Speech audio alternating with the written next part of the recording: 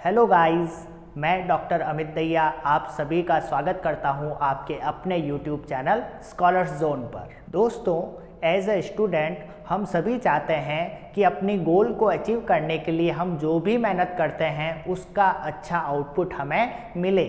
फिर चाहे वो एग्ज़ाम में अच्छे मार्क्स लाना हो या फिर किसी कॉम्पिटिटिव एग्ज़ाम में सेलेक्ट होना हो। लेकिन दोस्तों, आज के इस कॉम्पिटिटिव ज़माने में सक्सेस पाने के लिए क्या हार्ड वर्क सफिशिएंट है, ये भी हमें देखना पड़ेगा, क्योंकि मेहनत तो गधे भी करते हैं। फॉर एग्ज़ाम्पल, नोकिया कंपनी के बारे में आप सभी ने सुना होगा। उनके मोबाइल बेस्ट क्वालिटी के थे, लेकिन नोकिया समय की मांग को नहीं समझ पाई, समय के हिसाब से खुद को ढाल नहीं पाई। यही कारण है कि आज मार्केट में नोकिया के मोबाइल का दबदबा कम हो गया है। तो नोकिया बहुत मेहनत करके अच्छी क्वालिटी के मोबाइल फ़ोन बनाती थी, लेकिन फिर भी वो मार्केट में फेल हो गए। क्यों? क्योंकि नोकिया लोगों की डिमांड नहीं समझ पाई और टाइम के हिसाब से खुद में चेंज नहीं कर पाई।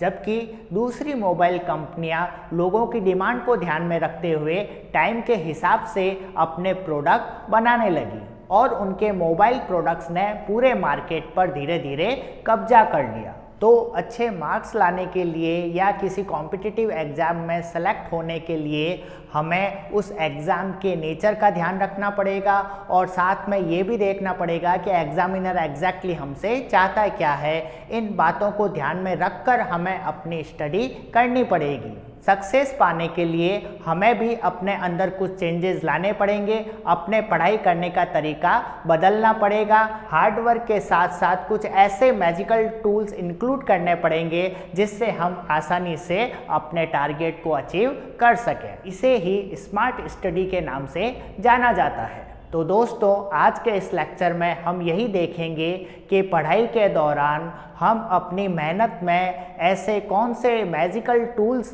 शामिल कर सकते हैं जिससे हमें अपनी मेहनत का बेस्ट आउटपुट मिल सके। तो दोस्तों, अगर आप वास्तव में खुद में इम्प्रूवमेंट लाना चाहते हैं और अपना गोल अचीव करना चाहते हैं तो ये वीडियो आप एंड तक ज़रूर देखिएगा।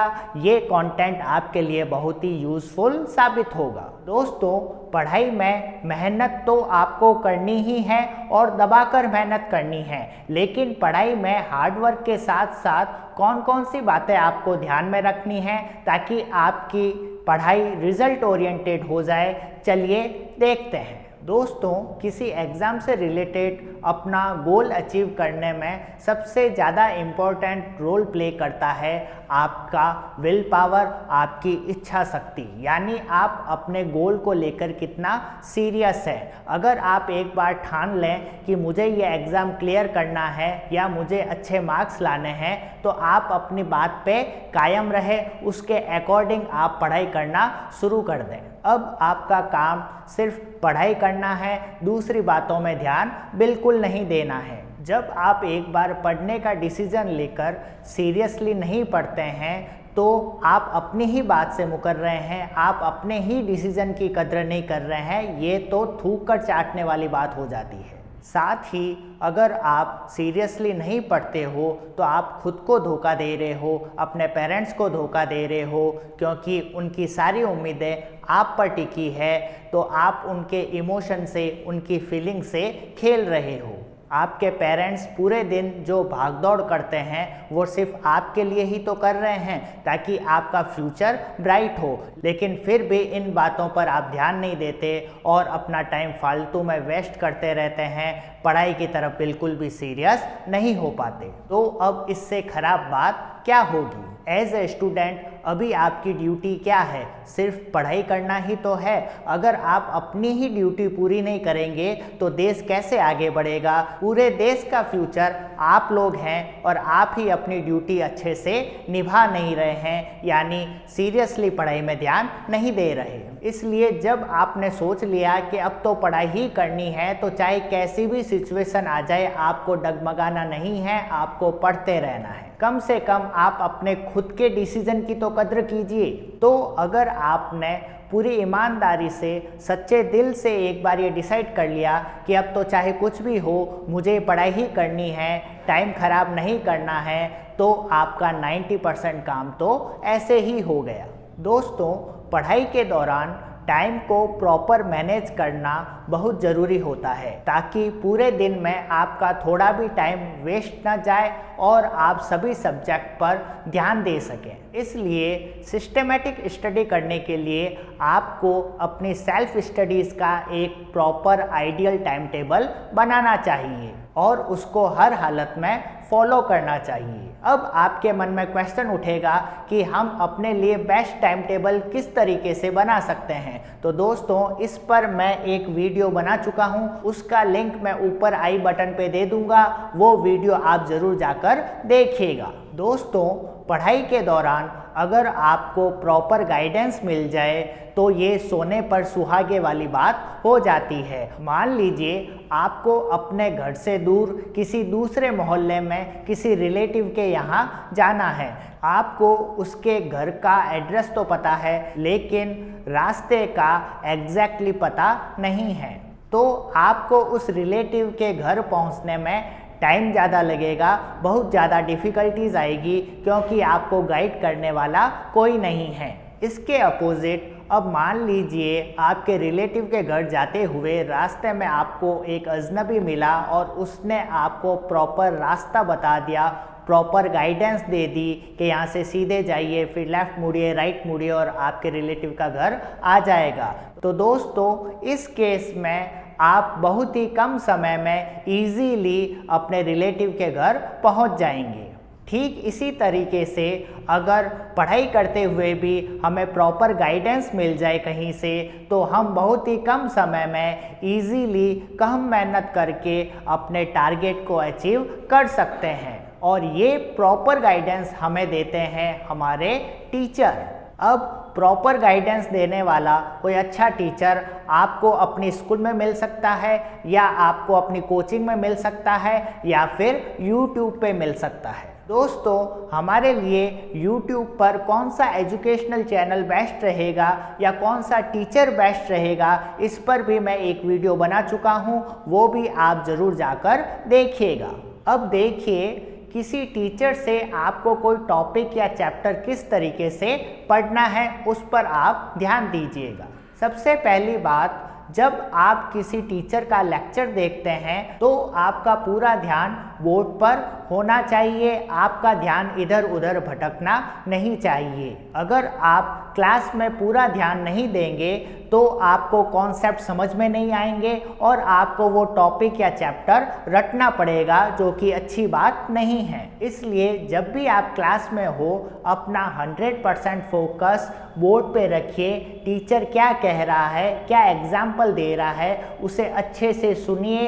अगर आप अपना 100% ध्यान बोर्ड पे रखेंगे, टीचर पे रखेंगे, तो टीचर जो भी पढ़ा रहा है वो आपको क्लास में ही याद हो जाएगा, घर आकर आपको देखने की भी ज़रूरत नहीं पड़ेगी। दूसरी बात आपको यह ध्यान रखनी है कि जब टीचर पढ़ाते हैं तो आपके मन में किसी कॉन्सेप्ट को लेकर जो भी डाउट आते हैं वो आप उस टीचर से क्लियर ज़रूर करिएगा।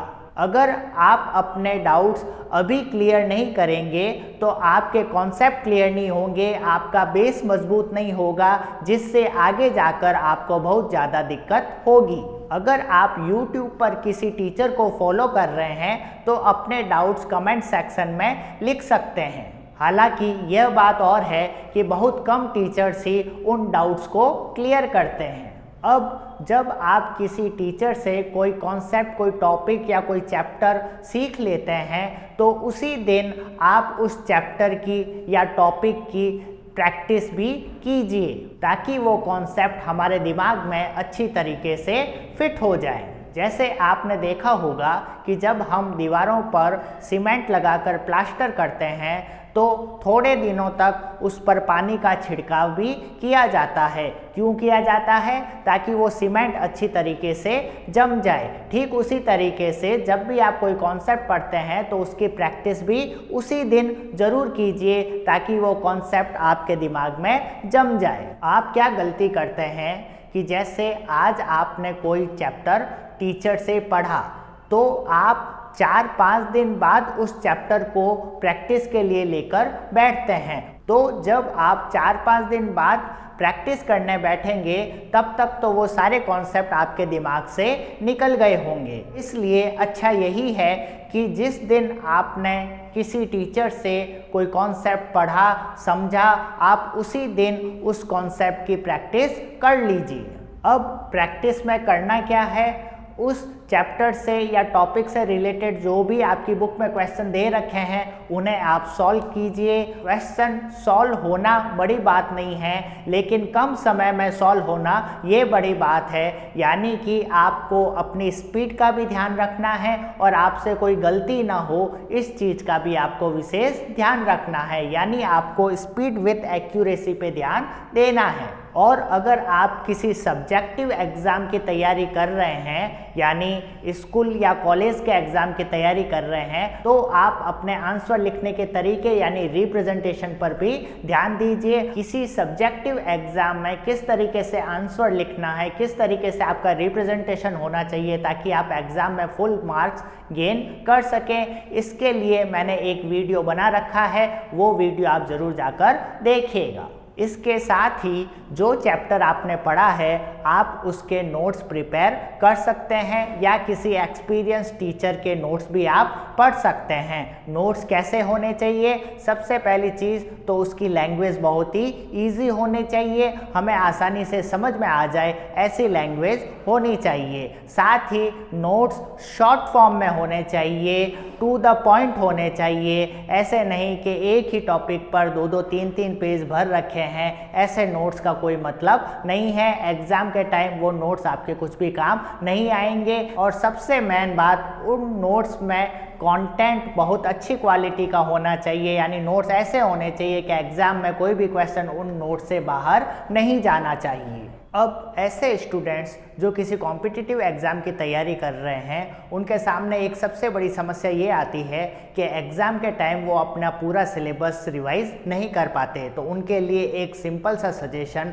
आप अपने शॉर्ट नोट्स तैयार कीजिए। हर चैप्टर के लिए आप शॉर्ट नोट्स तैयार करें जिसमें मैक्सिमम 10 पेज में वो पूरा चैप्टर आ जाना चाहिए। उन शॉर्ट नोट्स में आप सिर्फ वही चीज़ें लिखें जो आपको लगता है कि ये चीज़ें मैं एग्ज़ाम में भूल सकता हूँ। जैसे आप फॉर्मूले लिख सकते हैं या कुछ इम्पोर्टेंट फैक्ट्स भी आप लिख सकते हैं। ये शॉर्ट नोट्स आपके एग्ज़ाम के टाइम बहुत ज़्यादा यूज़फुल साबित होंगे। इस तरीके से कोई चैप्टर पढ़ने के बाद आप उस चैप्टर का टेस्ट ज़रूर दीजिए। टेस्ट से हमें अपनी गलतियों का पता चलता है, अपनी कमियों का पता चलता है। अब जो भी कमियां आपके सामने आई उन कमियों को आप एक्सेप्ट कीजिए और उन कमियों को दूर करने की कोशिश कीजिए। और इस बात का विशेष ध्यान रखें कि नेक्स्ट टेस्ट में वो गलतियां वापस आपसे ना हो। आपने सब कुछ करने के बाद अगर टाइम टू टाइम चैप्टर का रिवीजन नहीं किया तो सारी तैयारी आपकी धरी की धरी रह जाएगी। इसलिए वीक में एक दिन आप ऐसा रखिए जिसमें पिछले दिनों में पढ़े हुए सारे कॉन्सेप्ट को, सारे टॉपिक्स को आपको ज़रूर रिवाइज करना है। यहाँ पर एक बात मैं और आपसे शेयर करना चाहूँगा, आप में से ज़्यादातर स्टूडेंट किसी टॉपिक को पढ़ने में बहुत ज़्यादा टाइम लगा देते हैं, जो कि सही बात नहीं है। अगर आप किसी टॉपिक में ज़रूरत से ज़्यादा टाइम लगाएंगे तो एग्ज़ाम के टाइम पूरा सिलेबस आप कवर नहीं कर पाएंगे। मान लीजिए एक छोटे से टॉपिक को पढ़ने में आप 1 घंटा लगाते हैं, लेकिन दोस्तों सच मानिए ये आपके लिए इतना यूज़फुल साबित नहीं होगा। इसकी बजाय अगर आप उस 1 घंटे में उस टॉपिक को 5 से 6 बार जल्दी जल्दी पढ़ लेते हैं तो ये आपके लिए ज़्यादा बेनिफिशियल रहेगा। जैसे आप कोई गाना सुनते हैं तो सुनते समय आपके मन में ये बात नहीं रहती कि मैं इसको अच्छे से समझूं, इसको अच्छे से याद कर लूं, ऐसी कोई बात आपके दिमाग में नहीं रहती। लेकिन उस गाने को बार बार सुनते सुनते वो गाना हमें याद हो जाता है। तो आप समझ गए होंगे कि अगर हम किसी टॉपिक को बार बार पढ़ेंगे, जल्दी जल्दी पढ़ेंगे, तो वो टॉपिक हमें लंबे टाइम तक याद भी रहेगा। इसलिए जब आप कोई टॉपिक समझ जाएं तो उसे पढ़ने में 1 घंटा लगाने की बजाय आप उस 1 घंटे में उस टॉपिक को 5-6 बार जल्दी जल्दी पढ़ लीजिए, यानी रिवीजन की बहुत भारी महिमा है। ये सब काम करने के बाद दोस्तों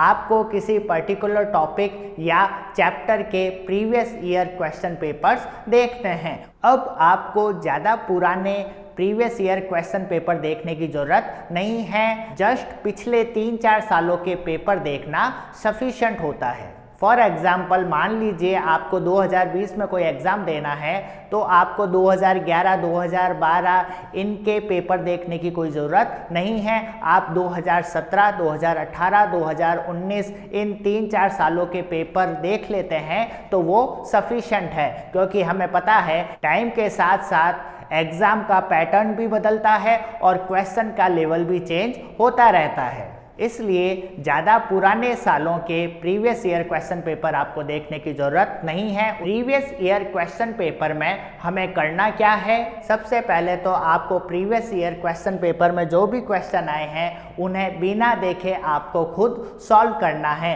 और आपको ये देखना है कि आप खुद वो क्वेश्चन सॉल्व कर पाते हैं या नहीं। अगर आप सॉल्व कर लेते हैं मैक्सिमम क्वेश्चन, इसका मतलब आपकी तैयारी अच्छी चल रही है। अब प्रीवियस ईयर क्वेश्चन पेपर के क्वेश्चन सॉल्व कैसे करने हैं ये भी मैं आपको बता देता हूँ। मान लीजिए आप कोई previous year question paper solve कर रहे हैं तो उसमें ज़्यादातर क्वेश्चन तो आपसे सॉल्व हो जाएंगे और जो क्वेश्चन एक बार में आपसे सॉल्व नहीं हो पा रहे हैं उसे आप स्टार लगाकर मार्क कर दीजिए, ताकि जब आप नेक्स्ट टाइम वापस उन प्रीवियस ईयर क्वेश्चन पेपर को सॉल्व करेंगे तो आपको सारे क्वेश्चन सॉल्व करने की ज़रूरत नहीं है। जिन क्वेश्चन पे आपने मार्क किया है सिर्फ उन्हीं क्वेश्चन को आपको सॉल्व करना है, क्योंकि जो क्वेश्चन एक बार में पहले हो गए थे वो क्वेश्चन दूसरी बार भी हो जाएंगे, तीसरी बार भी हो जाएंगे, तो उन इजी क्वेश्चन को बार बार देखकर आपको टाइम खराब नहीं करना है। साथ ही दोस्तों उन प्रीवियस ईयर क्वेश्चन पेपर का एनालिसिस भी कीजिए। आप देखिए कि किस टाइप के क्वेश्चन पूछे जाते हैं, उनका नेचर क्या है, उनका पैटर्न क्या है। साथ में ये भी देखिए कि किसी चैप्टर में किस किस जगह से क्वेश्चन पूछे जा रहे हैं और कहाँ से क्वेश्चन बिल्कुल नहीं पूछे जाते। तो जिन कॉन्सेप्ट से क्वेश्चन पूछे जाते हैं वहाँ पे आपको ज़्यादा मेहनत करनी है और जहाँ से क्वेश्चन बिल्कुल ही नहीं आते वहाँ पर आपको मेहनत करने की ज़रूरत नहीं है, क्योंकि हमारा एम सब्जेक्ट एक्सपर्ट बनना नहीं है। हमारा एम तो है किसी पर्टिकुलर एग्ज़ाम में अच्छे मार्क्स लाना या किसी पर्टिकुलर कॉम्पिटिटिव एग्ज़ाम में सेलेक्ट हो जाना। तो इसके लिए हमें एग्ज़ाम स्पेसिफिक तैयारी करनी पड़ेगी, यानी उस पर्टिकुलर एग्ज़ाम के अकॉर्डिंग ही पढ़ाई करनी पड़ेगी। और अगर मान लीजिए आपको किसी सब्जेक्ट में एक्सपर्ट होना ही है तो पहले आप अपना एग्ज़ाम क्लियर कर लीजिए, उसके बाद में आप चाहे तो वो सब्जेक्ट पढ़ते रहिए, किसने मना किया है, लेकिन पहले आपको अपना एग्ज़ाम क्लियर करना है। अभी तो हमें बस उतना ही पढ़ना है, बस वो ही पढ़ना है जिससे हमारा उस पर्टिकुलर कॉम्पिटिटिव एग्ज़ाम में सिलेक्शन हो जाए। अगर आप अभी सब्जेक्ट एक्सपर्ट बनने की कोशिश करेंगे तो आप सब्जेक्ट में एक्सपर्ट तो हो जाएंगे पर आपका टारगेट अचीव नहीं हो पाएगा, आप उस पर्टिकुलर एग्ज़ाम में सेलेक्ट नहीं हो पाएंगे। दोस्तों आप समझ गए होंगे कि चाहे कोई भी एग्ज़ाम हो, चाहे सब्जेक्टिव एग्ज़ाम हो, चाहे ऑब्जेक्टिव एग्ज़ाम हो, प्रीवियस ईयर क्वेश्चन पेपर आपको ज़रूर सॉल्व करने हैं। साथ ही अगर आप बोर्ड एग्ज़ाम की तैयारी कर रहे हैं तो ऑफिशियल सैम्पल पेपर भी आप ज़रूर देखिएगा, ताकि आपको पता चल जाए कि मार्किंग स्कीम क्या है और किस टाइप के क्वेश्चन एग्ज़ाम में आएंगे। दोस्तों इस तरीके से आपको रेगुलर अपनी पढ़ाई जारी रखनी है, पढ़ाई में कंसिस्टेंसी रखनी है,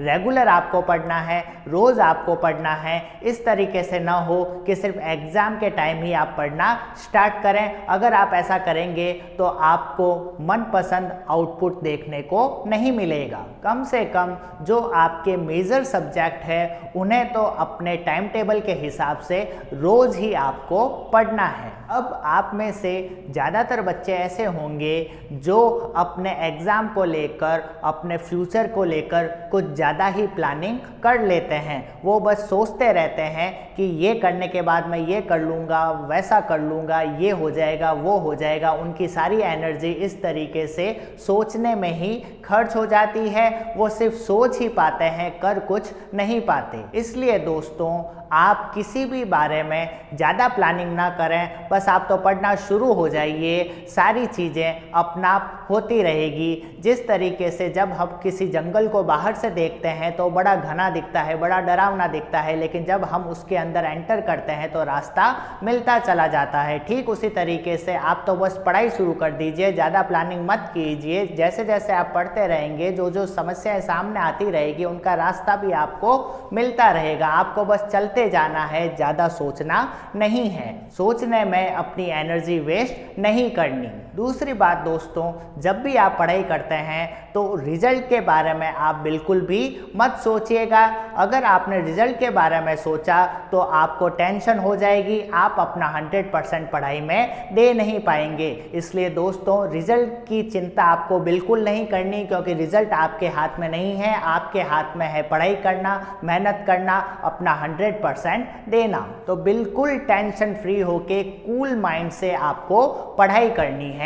अब एक और प्रॉब्लम पर डिस्कस कर लेते हैं जो बहुत सारे स्टूडेंट्स को जरूर आती होगी। वो प्रॉब्लम ये है कि पढ़ाई करते हुए उनका ध्यान इधर उधर भटकता है, वो फोकस नहीं कर पाते हैं, वो कंसंट्रेट नहीं कर पाते हैं। तो देखिए दोस्तों, आपकी इस प्रॉब्लम को भी अभी चुटकियों में सॉल्व कर देते हैं। ये वीडियो आप पूरा एंड तक जरूर देखिएगा। जब आप पढ़ने बैठें और आपके दिमाग में फालतू की इधर उधर की बातें आने लगे तो सबसे पहला काम आपको क्या करना है, आप अपनी आँखों को जल्दी जल्दी 10-15 बार इस तरीके से झपकाइए। दूसरी बात, आप अपनी सांसों को नाक से 8-10 बार बाहर की तरफ फेंकें इस तरीके से। या फिर आप चाहे तो थोड़ा पानी पीकर टहल भी सकते हैं। तो अगर आप ये करेंगे तो आपका मन इधर उधर जाएगा नहीं, आप अपनी पढ़ाई पर फोकस कर पाएंगे। इतना करने पर भी अगर आपका ध्यान पढ़ाई में नहीं लग रहा है, आपके दिमाग में फालतू की बातें आ रही है, आप कंसंट्रेट नहीं कर पा रहे हो, तो इसके लिए अब मैं एक रामबाण उपाय बताता हूँ। आपको करना क्या है, आपको कुछ नहीं करना है। कुछ नहीं करने का मतलब, जो भी दिमाग में आपकी बातें आ रही है आप उनको पूरी तरीके से इग्नोर कर दो। आप ध्यान ही मत दो क्या आ रहा है, क्या जा रहा है। आप तो बस अपने पढ़ाई में ध्यान देते रहिए। जो बातें आपके माइंड में आ रही है, ना तो उसमें आपको बहना है, ना ही आपको उनसे भिड़ना है। आए तो आए, जाए तो जाए, हमें उनसे कोई मतलब ही नहीं है। आप उनसे अपना कनेक्शन कट कर दीजिए, हमें उनसे कोई मतलब नहीं है। आप उनको बिल्कुल ही इग्नोर कर दीजिए। अगर आप उनसे भिड़ेंगे, यानी आप चाहेंगे कि अरे ऐसी बातें मेरे माइंड में नहीं आनी चाहिए, तो वो ज़्यादा आएगी और आप पढ़ नहीं पाएंगे। तो सबसे अच्छा तरीका है कि आप इन फिजूल की बातों को बिल्कुल ही इग्नोर कर दीजिए। ठीक उसी तरीके से जैसे आप बाइक पर कहीं जा रहे हैं तो रास्ते में हमें बहुत सारे लोग दिखाई दे रहे हैं, कोई आ रहा है, कोई जा रहा है, पर हमें उनसे कोई भी मतलब नहीं होता है। कोई आए तो आए, कोई जाए तो जाए, हमें उनसे कोई भी फर्क नहीं पड़ता। ठीक इसी तरीके से अपने दिमाग में उठने वाली फालतू की बातों को आप बिल्कुल इग्नोर कर दीजिए। आप उनकी तरफ ध्यान ही नहीं देंगे तो धीरे धीरे वो बातें उठनी ही बंद हो जाएगी और आप अपना 100% अपनी पढ़ाई में दे पाएंगे। ये चीज़ आप करके ज़रूर देखिएगा, आपको फ़र्क ज़रूर नज़र आएगा। दोस्तों, अगर आप इन सभी प्रो टिप्स को अपना कर अपनी पढ़ाई करते हैं तो यकीन मानिए किसी भी एग्ज़ाम में सफलता आपके कदम ज़रूर चूमेगी, नो डाउट अबाउट इट। अब ज़्यादातर स्टूडेंट के सामने पढ़ते समय एक प्रॉब्लम और आती है कि वो पढ़ाई तो कर लेते हैं, मेहनत भी कर लेते हैं, लेकिन जब वो अपना आंसर लिखने बैठते हैं तो एग्ज़ाम के टाइम वो सब कुछ भूल जाते हैं, यानी वो कॉन्सेप्ट को लंबे समय तक याद नहीं रख पाते पाते। तो दोस्तों अगले 1-2 दिन में मैं इसी टॉपिक पे एक वीडियो बनाऊंगा, वो आप ज़रूर देखिएगा। तो दोस्तों आज के इस लेक्चर में बस इतना ही। अगर इस लेक्चर को देखकर आपके दिमाग की खिड़कियां खुल गई हो, पढ़ाई करने के प्रति अपना नज़रिया बदल गया हो, तो इसे लाइक और शेयर करना ना भूलिएगा, ताकि ये कंटेंट सभी स्टूडेंट्स के काम आ सके। साथ ही चैनल को सब्सक्राइब ज़रूर कर दीजिएगा, ताकि जब भी मैं इस टाइप के कॉन्सेप्चुअल लेक्चर डालूँ आपके पास नोटिफिकेशन पहुँच सके।